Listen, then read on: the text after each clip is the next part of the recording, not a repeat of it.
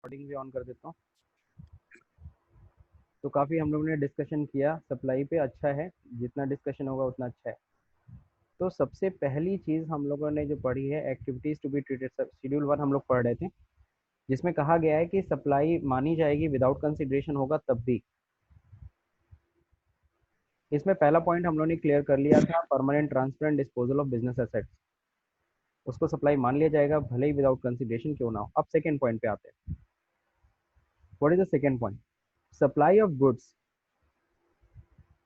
supply of goods or services or both between related person or between distinct person as specified in section 25 when made in the course or furtherance of business, provided that gift not exceeding 50,000 rupee in the value in the financial year by an employer to the employee shall be treated as supply of goods and services or both.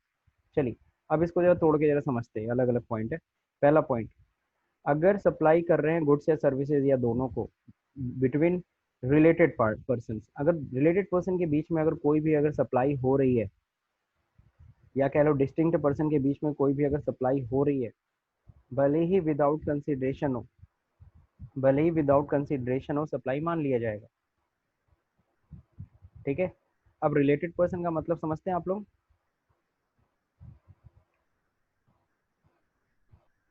Sir किसका मतलब? Sir जान related पहचान person, के, जो जान पहचान के लोग रहते हैं जिनसे मतलब माल सप्लाई करते हैं, उनके बारे में।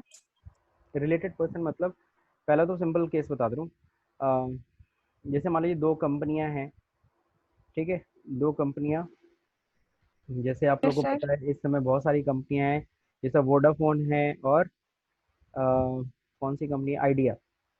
तो वोडाफोन और आइडिया, आप सभी को पता है वोडाफोन ने आइडिया के शेयर्स खरीद लिए, है ना। तो वोडाफोन और आइडिया क्या हो गए, रिलेटेड पर्सन हो गए। वो अगर आपस में कोई भी सप्लाई करेंगे, आपस में अगर कोई भी सप्लाई करेंगे, विदाउट कंसिडरेशन करेंगे तब भी वो सप्लाई मानी जाएगी। रिलेटेड पर्सन का मतलब सिंपल सी चीज़ है, हम लोग नॉर्मल लैंग्वेज में सपोज करो, अब मान लो मिस्टर ए है, उनके फादर है मिस्टर बी, और फादर और सन के दोनों का अपना अपना बिजनेस है। और मान लो अब क्या है, फादर के बिजनेस में से क्या हो रहा है, फादर कहते हैं अपने लड़के से, यार तुम्हारी दुकान से ये सामान भेज दो, तो उन्होंने भेज दिया। या फिर जो बेटे ने कह दिया अपने पापा से कि भैया ये, सॉरी पापा जी, ये जरा कुछ गुड्स 10,000 का हमें चाहिए था, उनकी दुकान से ले लिया उन्होंने, तो उसके लिए वो लोग आपस में पैसे तो एक दूसरे को देंगे नहीं, लेकिन सप्लाई तो हो रही है ना। और पैसे नहीं दे रहे हैं, पैसे एक दूसरे से नहीं ले रहे हैं, तब पर भी वो सप्लाई मानी जाएगी। उसकी बिलिंग होनी चाहिए, उस पर जीएसटी कटनी चाहिए। ठीक है, इसका मतलब समझ में आया? तो रिलेटेड पर्सन मतलब मामा चाचा काका भी रिलेटेड पर्सन होते हैं, और इन लोग के बीच में अगर मामा चाचा काका आपस में कोई अगर सप्लाई दे रहे हैं और उसके उसमें अगर पैसे नहीं ले रहे हैं, तो पैसे नहीं ले रहे हैं उसमें गवर्नमेंट का काहे नुकसान कर रहे हो? गवर्नमेंट को तो जीएसटी दो। सर एक क्वेश्चन था, अगर किसी दूसरी कंपनी का शेयर खरीद लेते हैं, जैसे तो वो दोनों कंपनी 10%, रिलेटेड हो तो जाती है। सेम रिलेटेड हो जाएगी ना? बिल्कुल हो जाएगी। मैं अगर आपकी कंपनी के 10% शेयर भी खरीद लूँ तब भी हम दोनों रिलेटेड हो गए। ठीक है, तो ये तो हो गए यस रिलेटेड सर। पर्सन हो गए। अब मान लो जैसे एक और एग्जांपल, बहुत अच्छा एग्जांपल, जैसे एक टाटा मोटर, टाटा स्टील, तो क्या समझते हो? तो टाटा मोटर, टाटा स्टील, इनको क्या बोला जाए? इनको बोला जाएगा डिस्टिंक्ट पर्सन। क्या बोला जाएगा? इनको रिलेटेड नहीं, इनको बोला जाता है डिस्टिंक्ट पर्सन। डिस्टिंक्ट पर्सन मतलब क्या होता है? डिस्टिंक्ट पर्सन मतलब मेरी ही दोनों दुकानें हैं। अगर मेरी ही दो दुकानें, एक मान लीजिए इलेक्ट्रॉनिक्स का शॉप है, एक गारमेंट्स का शॉप है। अब मान लो मेरे यहाँ क्या हुआ, गारमेंट का शॉप बहुत बड़ा शोरूम था मेरा, अब उसमें क्या है, मेरे को लाइटें नहीं चेंज करवानी थी। तो मैंने क्या कहा, मैंने सोचा मैं दूसरे से क्यों खरीदूं, मेरा तो खुद का इलेक्ट्रॉनिक का शॉप है। मैं अपने ही इलेक्ट्रॉनिक शॉप से करीबन 10,000 की लाइट्स मैंने अपने इस दूसरे शॉप में भिजवा दिया। अब क्या मैं अपने आप को खुद ही पैसा दूंगा? नहीं ना। 10,000 का शॉप भले इधर से उधर सप्लाई किया, उस पर कोई जीएसटी या समथिंग नहीं काटूंगा, लेकिन गवर्नमेंट कहती है नहीं नहीं नहीं, देखो भैया ये 10,000 की सप्लाई है, इस पर जीएसटी दो। तुम भले 10,000 रुपये मत लो, लेकिन इसके ऊपर जो जीएसटी बनती है वो तो हमें दो। तो ये हो गया डिस्टिंक्ट पर्सन। डिस्टिंक्ट पर्सन का मतलब होता है मेरी ही दोनों ही ऑर्गेनाइजेशन है, वो मेरी ही है। I am the owner of both business. अब टाटा स्टील, टाटा मोटर भी किसका एग्जाम्पल बने? डिस्टिंक्ट पर्सन का, रिलेटेड पर्सन का नहीं, क्योंकि वो टाटा ग्रुप में ही आते हैं, यानी टाटा फैमिली के ही हैं। Tata steel, Tata motor. अब टाटा मोटर को कार बनाना है, कार बनाने के लिए स्टील चाहिए, स्टील किससे खरीदेगा? किसी और से नहीं, वो टाटा स्टील से लेगा। Is that clear? ये पॉइंट सबको समझ में आया कि नहीं आया? Yes sir. सुरभि? सर एक ही कह सकते हैं, एक ही शॉप, मतलब एक ही कंपनी है, अलग अलग शॉप की हुई है अलग अलग चीजों की, तो उसको जो भी चाहिए अपनी शॉप से करेगा, लेकिन गवर्नमेंट कही है कि आपकी भले शॉप हो, आपको जीएसटी पे करना है। हाँ, आपस में जो भी सप्लाई आप लोग कर रहे हो उस पर जीएसटी जो गवर्नमेंट। भी हाँ सप्लाई होगी तो उसको आपको जीएसटी देना है, चाहे वो आपकी खुद की दुकान की दूसरे शॉप में जाए या फिर दूसरे बिजनेस में जाए, जीएसटी आपको पेमेंट करना है सप्लाई हुई तो। बिल्कुल। सर बस इसमें सिंपली सा ये है कि अगर दुकान से अगर कोई भी स्टॉक खाली हो रहा है या फिर कोई एसेट्स निकल रहा है तो उस पे भी एक तरह का सेल मान के हमको जीएसटी देना पड़ेगा। बिल्कुल देना पड़ेगा। ये पॉइंट सबको समझ में आ गया? ओके। अब हम लोग यस बात करेंगे सर। इसी में, देखो यस सर। दूसरे दूसरे पॉइंट में एक और बात ऐड किया है। हेलो हाँ बोलिए। अब है सर, ये बताइए, जब अगर हम अपने दुकान से एक दुकान से सामान को निकाल करके दूसरे दुकान में शिफ्ट कर रहे हैं, शिफ्ट तो नहीं कर रहे हैं, वहाँ शिफ्टिंग, शिफ्टिंग नहीं, शिफ्टिंग नहीं, शिफ्टिंग नहीं। तो सर वो हम एज अ शिफ्टिंग भी हम लोग दिखा सकते हैं ना, कि मतलब अभी वो चीज हम शिफ्ट कर रहे हैं या फिर। अभी अभी एक चीज बताओ, गारमेंट की शॉप में इलेक्ट्रॉनिक प्रोडक्ट क्यों जा रहा है? सर मान लीजिए जैसे मैंने वहां से बल्ब्स को, इलेक्ट्रिक बल्ब्स लिए, या फिर वहां से कंप्यूटर मैंने लिया, या मैंने कोई ऐसी चीज ली जो कि वहाँ इम्पोर्ट जरूरी है, तो अब भाई शिफ्ट हम उसको कह सकते लगभग हैं ना, वो शिफ्ट वही है तो हम क्योंकि। ये शिफ्टिंग नहीं है सर। अगर आपका दो गारमेंट की शॉप है, आप एक गारमेंट की शॉप से कोई सामान उठा करके उधर ले जा रहे हो, तो इसको शिफ्टिंग कहते हैं। दोनों गारमेंट की शॉप है, आप एक इलेक्ट्रॉनिक की शॉप है और एक गारमेंट की शॉप, मैंने ये बोला, फिर मैंने ये एग्जांपल सर आपको लेकिन तब दिया है। लेकिन सर ना ना मान ना, लीजिए जैसे अबे मेरी अबे इलेक्ट्रिक शॉप की, अब मेरी अबे इलेक्ट्रिक तुम की चाहे दुकान है। जितना जितना भी तुम टहला लो, ये सप्लाई नहीं, ये सप्लाई मानी जाएगी। बाकी तुम टहला लो जितना। नहीं नहीं सर, बोलो। हेलो, नहीं नहीं सर, हम क्या कह रहे हैं कि हाँ बोलो। जैसे मान लीजिए वो सामान जब हम खरीदे होंगे, इलेक्ट्रिक गुड्स जब हम खरीदे होंगे, तो उस पे तो हम जीएसटी पेड किए ही होंगे जिससे भी हम खरीदे होंगे वो सामान। ठीक है, आगे। तो हम उस पे टैक्स फिर क्यों देंगे उनको? सिंपल सी बात है सर, गवर्नमेंट को। अब तुम उसको फिर किधर सप्लाई कर रहे हो खरीदने के बाद? कि तुमने कंपनी भाई, मान लीजिए मैं बजाज कंपनी से सामान खरीदा, डीलर हूँ, मैंने बजाज से मैंने इलेक्ट्रॉनिक सामान तो खरीद ही लिया। साइलेंट कर लीजिए। मैं अगर बजाज कंपनी से मैंने खरीदा है, मैंने वहाँ पे टैक्स दिया, ठीक है। अब मैंने जो भी इलेक्ट्रॉनिक शॉप, उस इलेक्ट्रॉनिक चीज़ों को मैंने अपने गारमेंट की शॉप में बेचा, ठीक है। दे तो रहा मेरा अपना ही, लेकिन अगर मेरा अगर इलेक्ट्रॉनिक का शॉप नहीं होता, तो ये बताओ मैं वो लाइट्स कहाँ से खरीदता? किसी दुकान से खरीदता, तो मैं उस पर जीएसटी देता कि नहीं देता? जीएसटी देता कि नहीं देता? दूसरा नंबर, मैं जब बजाज कंपनी से खरीदा हूँ, तो मैं उस प्राइस पे मैं खरीदा हूँ, होलसेल प्राइस पे। जब मैं उसको रिटेल करता हूँ, तो रिटेल का प्राइस अलग होता है कि नहीं होता है? डिफरेंस होता है कि नहीं होता है? तो इसीलिए गवर्नमेंट ने पकड़ा, और गवर्नमेंट ने साफ साफ कहा कि अगर आप डिस्टिंक्ट पर्सन भी हो, तब भी वो सप्लाई मानी जाएगी।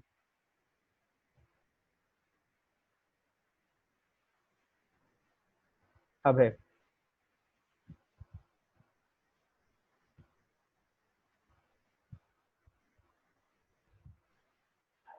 No question?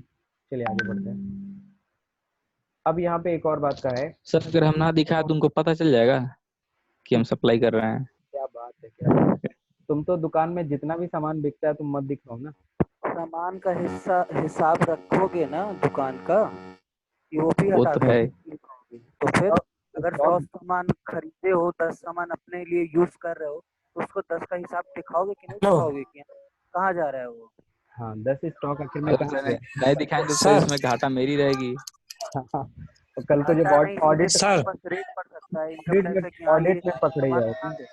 ऑडिट में पकड़े जाओगे, तो वही तुमको वो ना। 10 पीस दिखाना सर पड़ेगा कहाँ दिखाना गए। तो पड़ेगा ना, बिना दिखाए कैसे आप पास कर सकते हो, सप्लाई कर सकते हो? और आप खरीद के लाते भी हो तो भी उसका ब्यौरा देना पड़ेगा ना, कहाँ गया माल, कहाँ बिल्कुल गया। बिल्कुल।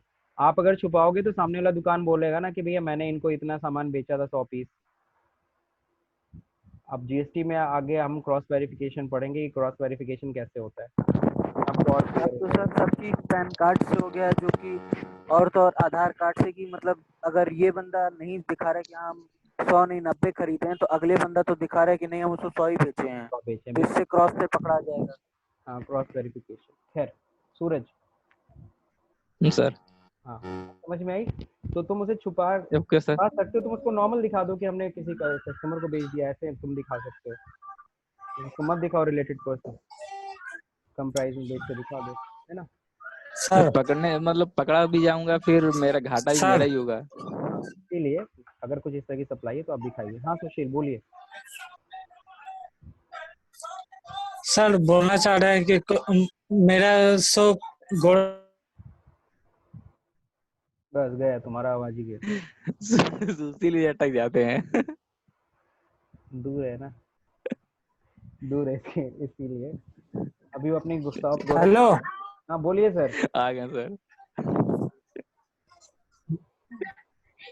मेरा शॉप उतनी देर के लिए गोरखपुर थे। में दुकान दुकान है ठीक है गोरखपुर। क्लॉथ का। ठीक है और हम गोदाम अपना गोदाम करीब 25 किलोमीटर दूर रखे हुए हाँ बहुत अच्छी बात है। हैं। गुड्स को हम एक्वायर कर रहे हैं, परचेज कर रहे हैं और गोदाम में रख रहे हैं।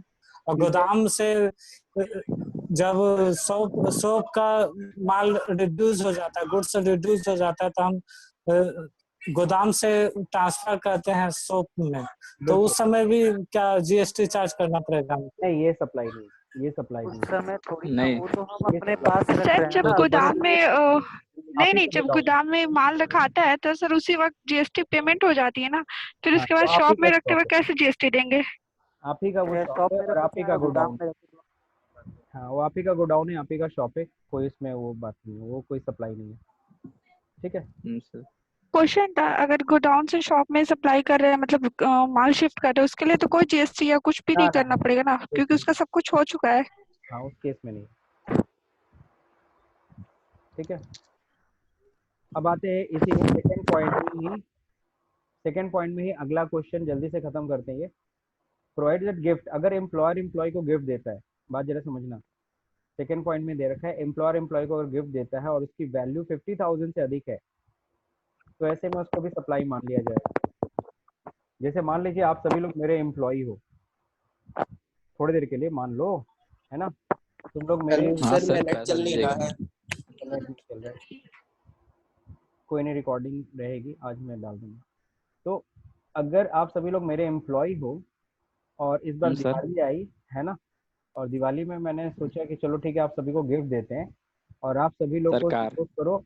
हाँ चलो कार ही, तुमको ना कार ही चाहिए चलो ठीक है, चलो ठीक है, सब लोग को एक एक कार दे दिया। अब कार की वैल्यू कितनी है, 4 लाख रुपए, 4 लाख 5 लाख की कार ठीक। मैंने सबको दिया। अब एक चीज बताओ, उसकी वैल्यू कितने से अधिक है, 50,000 से अधिक है ना। हाँ सर। तो अगर एम्प्लॉयर एम्प्लॉय को कोई भी गिफ्ट देता है 50,000 से ज्यादा, तो वो सप्लाई मानी जाएगी, यानी माना जाएगा कि मैंने आप सभी को सप्लाई किया है और उसके ऊपर गवर्नमेंट को जीएसटी चाहिए बस।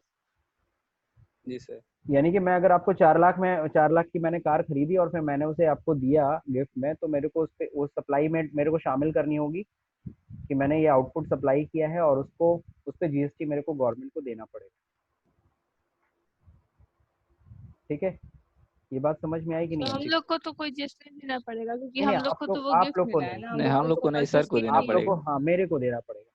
लेकिन घबराओ मत, मैं भी चालाक, मैं भी चालाक। क्यों? मैं जैसे क्या करूंगा, अरे भाई मैं 4 लाख में खरीदा हूँ और 4 ही लाख में ना आपको दिया, मैं प्रॉफिट थोड़ी ना जोड़ के आपको दिया। बात समझेगा नहीं समझे, यानी 4 लाख पूरी पे। पूरी आईटीसी आपको हाँ मिल जाएगी। बिल्कुल, तो 4 लाख की। जीएसटी का कोई मतलब ही नहीं बना। बिल्कुल कोई मतलब ही नहीं रहा मेरे लिए। तो ऐसा थोड़ी ना है कि ये पॉइंट बना के कोई दिक्कत, वो बस ये जानना चाहते हैं गवर्नमेंट, बस ये इसलिए पॉइंट लगा रही है कि आप उसको अपने टर्नओवर में शामिल करो। अब जब मैं उसे आउटपुट में दिखाऊंगा तो वो मेरे टर्नओवर में शामिल हो जाएगा। समझ रहे हो? मान लो मैंने आप सभी लोगों को करीबन 1 करोड़ का मैंने कार दिया है, तो 1 करोड़ का सब टोटल मिला के, सारे एम्प्लॉयज का मिला के 1 करोड़ मेरे टर्नओवर में शामिल हो जाएगा। अब बात समझ में आई कि नहीं आई? सर। तो मेरे टर्नओवर में 1 शामिल करोड़ करा दो। वो हाँ, मान लो मेरा नॉर्मल इस पे बिजनेस है, आपको मान लो उसका 100 करोड़ जीएसटी का है, देना तो पड़ेगा। उसमें हाँ जीएसटी क्या है, जीएसटी तो कोई खास नहीं है। अब यहाँ पे देखो लास्ट थर्ड पॉइंट है, इसको ओवर करते हैं क्योंकि आज की क्लास हम शेड्यूल 1 पे ओवर करेंगे। 3 ही पॉइंट देखो पढ़ने में और 10। वही सर 50,000 से अगर नीचे रहता तो नहीं देना पड़ता। हाँ तब तो सप्लाई, तब वो मेरे टर्नओवर में नहीं शामिल होती, तब वो सप्लाई नहीं मानी जाती। जैसे मान लीजिए मैंने सर मैं जा रहा आपको, हूँ, ट्रेनिंग लगा दीजिए। हाँ ठीक है मोहसिन आप जाइए। जैसे मान लीजिए आप सभी लोग को मैंने सैमसंग M20 का मोबाइल दिया, तो सैमसंग M20 का मोबाइल 14,400 सपोज का है, तो ठीक है, कोई सप्लाई नहीं मानी जाएगी। सर सर कंप्यूटर वाला भी सर आप बताए थे 3,000 रुपए वाला, सर भाई को गिफ्ट दिया है तो उस पे चुप रहो, सर एम्प्लॉय नहीं था वो। सर यहाँ पे एम्प्लॉयर एम्प्लॉय की बात हो रही है, ध्यान से सुना करो, सर एम्प्लॉयर और एम्प्लॉय। सर हाँ बोलिए। Yes sir yes. सर मान लीजिए अगर सर मतलब आपको आप अपने अगर 10 एम्प्लॉय को जो है मतलब 40-40 हजार का अगर कोई भी गिफ्ट देते हैं, हाँ तो आपके सर टर्नओवर में जो है कि मतलब 50,000 से तो ऊपर जाएगा ना। नहीं, यहाँ पे एम्प्लॉयर एम्प्लॉय मतलब पर एक एम्प्लॉय को मैं अगर 50,000 से ज्यादा का अच्छा गिफ्ट एक एम्प्लॉय को, दूँ, एक एम्प्लॉय को, ये चीज ध्यान अच्छा रखो। ठीक है समझ गए। अब जो देखिए यहाँ पे सप्लाई ऑफ गुड्स की बात की जा रही है। सप्लाई ऑफ गुड्स का मतलब क्या है? By a principal to agent. अगर कोई प्रिंसिपल अपने एजेंट को, जैसे बहुत सारे बिजनेस होते हैं ना जो अपने एजेंट को सामान बेचते हैं, फिर एजेंट सामान बेचता है, एजेंसी बेसिस बिजनेस। अगर प्रिंसिपल अपने एजेंट को भेज रहा हो या एजेंट वापस प्रिंसिपल को भेज रहा हो, तो ये भी सप्लाई मानी जाएगी। हालांकि जब देखो फॉर एग्जांपल आप सभी लोग मेरे एजेंट हो, मैं आप सभी को गुड्स बेचता हूँ, आप सभी को, किसी को मैं 10 लाख का गुड्स भेज रहा हूँ बेचने के लिए, किसी को 5 लाख का गुड्स भेज रहा हूँ बेचने के लिए, आप सभी लोग मेरे एजेंट हो। तो मैं जब आपको 5 लाख 10 लाख का गुड्स बेचता हूँ तो क्या आपसे मैं पैसे लूंगा? विदाउट कंसिडरेशन होगा ना। जब आप बेचोगे सामान देन आप पैसा मुझे दोगे। मैं आपको जब 10 लाख का माल भेज रहा हूँ उस टाइम पे तो आप मुझे एक पैसा नहीं देते हो। जब आप उस गुड्स को बेचते हो तब जो पैसा मिलता है तब देन आप हमें पैसा देते हो। तो जब प्रिंसिपल अपने एजेंट को कोई सामान भेजता है ना, वो विदाउट कंसिडरेशन होता है। या फिर कोई सामान खराब है तो एजेंट वापस करता है किसको? प्रिंसिपल को, तो वो भी विदाउट कंसिडरेशन होता है। तो यहाँ पे वही समझा रहा है कि अगर सप्लाई एजेंट और प्रिंसिपल के बीच में कुछ भी हो रहा है आपस में सप्लाई, उसको भी क्या माना जाएगा? उसको भी सप्लाई माना जाएगा, भले ही विदाउट कंसिडरेशन क्यों ना हो। यानी कि उसको सप्लाई में दिखाया। तो जितने भी एजेंसियां होती हैं, जब भी इनको माल आता है प्रिंसिपल से यानी कि कंपनी से, तो वो उसको इनपुट में दिखाती हैं, यानी कि आया है सामान, एज अ परचेज दिखाती है, और जब उसको बेचती हैं तो एज अ सेल दिखाती हैं। ठीक, समझ में आया सबको? तो ये शेड्यूल 1 था जो कि आज हम लोग कंप्लीट कर लिए। शेड्यूल 1 में एक बार जल्दी से मैं रिकैप कर देता हूँ। हम लोग शेड्यूल 1 पढ़ रहे हैं, जिसमें हम लोग क्या पढ़ें कि अगर कुछ ऐसे ट्रांजेक्शन है जो विदाउट कंसिडरेशन होंगे तब भी सप्लाई मान दिया जाएगा, जैसा कि परमानेंट ट्रांसफर और डिस्पोजल ऑफ बिजनेस एसेट्स। दूसरा नंबर, अगर रिलेटेड और डिस्टिंक्ट पर्सन के बीच में अगर कोई ट्रांजेक्शन हो रहा है तो, या फिर कह लो एम्प्लॉयर और अपने एम्प्लॉय को 50,000 से ज़्यादा का गिफ्ट देता है तो, या फिर सप्लाई हो रही है किसके किसके बीच में? प्रिंसिपल एजेंट्स के बीच में, या अगर कोई भी सप्लाई हो रही है तो उसको भी विदाउट कंसिडरेशन होने के बावजूद सप्लाई माना जाए। तो ये हम लोग ने शेड्यूल 1 कंप्लीट किया। कल हम लोग पढ़ेंगे शेड्यूल 2। आज के लिए इतना काफ़ी है।